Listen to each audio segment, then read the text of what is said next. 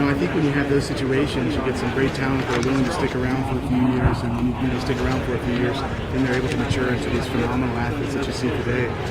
The only one here that really had success, actually none of us have had success right out of college except Ryan Whiting. So it was 3 years for me, it was 2 or 3 years for Reese, and really Christian came out very strong, but really it took him about 3 years post-collegiately to sort of break through into the top ranks. This will be your sixth World Championships. Does that boggle your sixth? 1, 3, 5, 7, 9, 11. 6th. And 3 Olympics. I don't even keep track of them. They all blend together. You keep the warm-ups or the uniforms anywhere, or I have my wife is phenomenal at organization, which in her way is throwing stuff out. So we're not pack rat. There's no sentimental attachment. She lets me keep a couple of things, and so I've got basically a bag or two in the basement that have some old gear in it. But I usually pull on that and send it off for some programs to kids or things like that. Couldn't throw out the medals, I think. They're still in the drawer someplace. They're not on display? No. But since, I think you're one guy, Godinez, sixth as well, so you're matching that. Does that mean anything? John Godinez is the greatest shot putter that we've ever seen. He was my inspiration coming out. He's been a mentor to me. He's been a competitor, a colleague, and a good friend over the years. To be mentioned in the same name or in the same sentence with guys like him. He's just a world-class guy who delivered world-class performances when it mattered. And I hope that I can live up to his abilities. Would you say that he's been the biggest influence on you? He's certainly been a huge influence.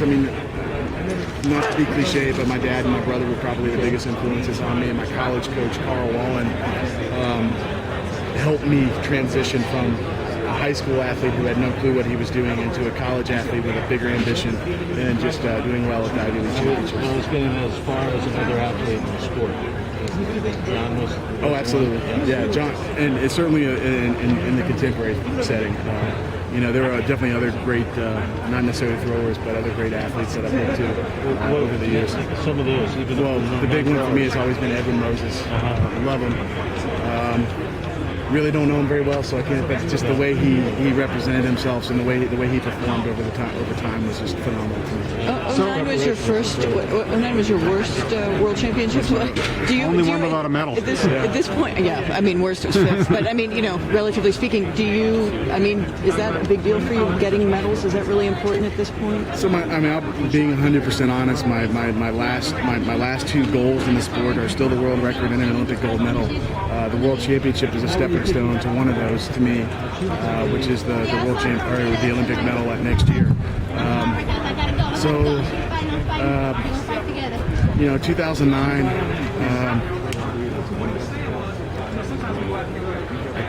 don't have an excuse for. 2008, I can make an excuse for, but ultimately I was ready to throw that day.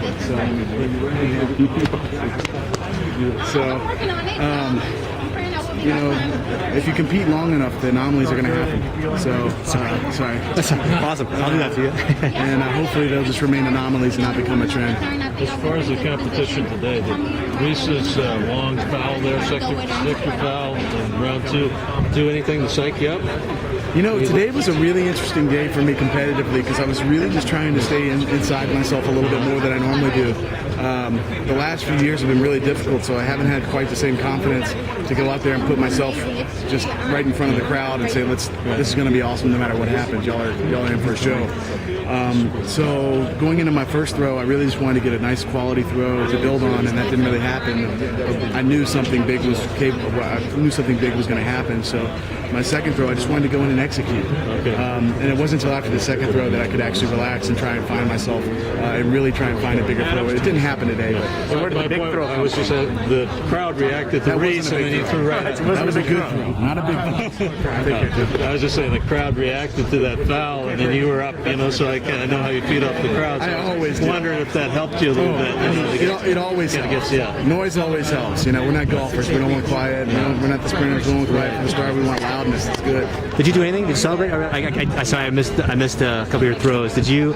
No, ripping off the shirt. Well, I always do that. I have to do that because it's my trademark now. But for you, that's flamboyant for some, but for you, that's subdued. That's subdued, and that helps me sort of get into the right mindset. So, sort of the more showmanship side of it would be that, really getting people into the clapping. And you didn't do that? Not as much today. Okay. Taking care of business. I was trying to take care of business. Especially against this field. I know, this is unbelievable. Was there any difference in your preparation this year, including your weight training? Thank you. Coming into this, or make any changes, or kind of the real difference is really in the last month. I've spent a lot more time doing recovery and rehab stuff, and really allowing my body to get at 100% so that I can really deliver that. Did a lot more mental preparation today. Do you feel that you're at 100%? Not yet. Physically, I'm pretty close. I'm still recovering from I tweaked an oblique about 4 weeks ago, which is why I didn't come here for pre. But that's getting better. It's not 100% yet. It still grabs a little bit. My timing in the circle is there. I just got to put it in a whole throw together and put a whole series together. When I do that, I'll have some really big throws. Can you talk, if you have time, can you talk just a little bit about your mental preparation? You're saying that you're not quite on the top of your game yet? Is that I'm not quite there yet. But for the last month, every night, usually about 5 to 6 nights a week, I actually do have one rest day where I don't do anything. But I'll spend an hour or so stretching, and we'll do sort of an active warm-up with some stretching. And throughout that whole process, I actually do some visualization. And to me, that visualization time is my personal time. So it really helps me sort of find my timing and find my confidence in the ring.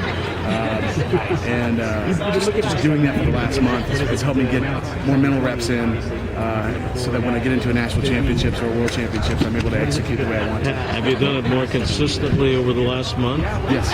Okay.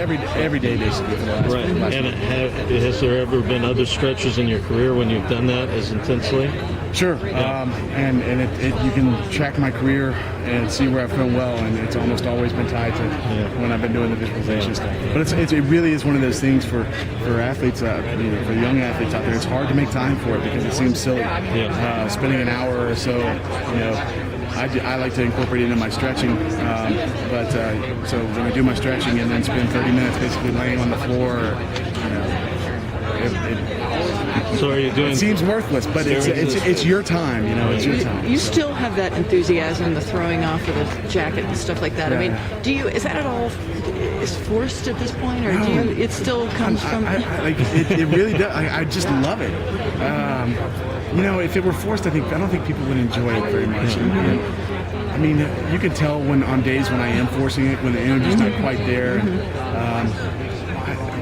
For me, just getting out here and putting on a show and competing, particularly in this venue, it means so much to I think everybody here. But this is kind of where the superstars and the heroes of the sport were made, and so to have an opportunity to sort of come and do that, you can't not get up for it.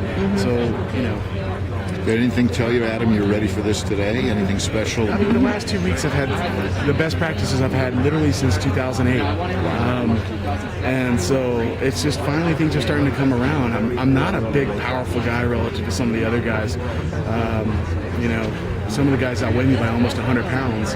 So I have to be on to throw far. And one little change in my timing or it makes a huge impact on my actual throw. So just the last couple of weeks I've started to find that timing, and it's magical when it happens, and then it's so much fun. It makes all the bad days worth it. So it's good. Now you've got even a larger family than before. Is it going to be tough to leave them and go to Europe or go to Korea and that kind of thing? It's always hard to leave them, but now we've got Skype and video chat, so it makes it a lot easier. My oldest daughter, she'll look at the screen once and be like, Daddy.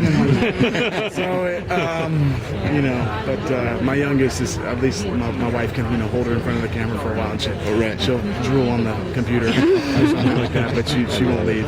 What do you weigh? What's your height? 263, 264. 260. And how tall are you? Congratulations. 6 feet. Awesome. Congratulations. Thank you so much. Can I ask you one last question? I'm an Ivy League athlete. How does it compare going from like competing in the Ivy League, transitioning into being pro? Well, I mean, I don't think there's the transition is just on the level of the competition, but it doesn't really change anything else. I mean, I think one of the greatest things about the Ivy League is you've got athletes that are there not for an athletic scholarship, but because they want to be there competing. So when you talk about people that want to do it, and we talk about passion, like that's what they are. They're very passionate about what they're doing. You so often see them, going on and continuing some sort of whether it's running, or go into triathlon or cycling or something else, just because they love to compete. And so I think if you can build off that, it's an easy transition, and that's what I was able to do. So, where'd you go? Cornell. Okay, good place. Very nice. Cool. You're welcome to come back to the Heps anytime, I'm sure. Awesome. It's at Cornell. I don't mean covering for long.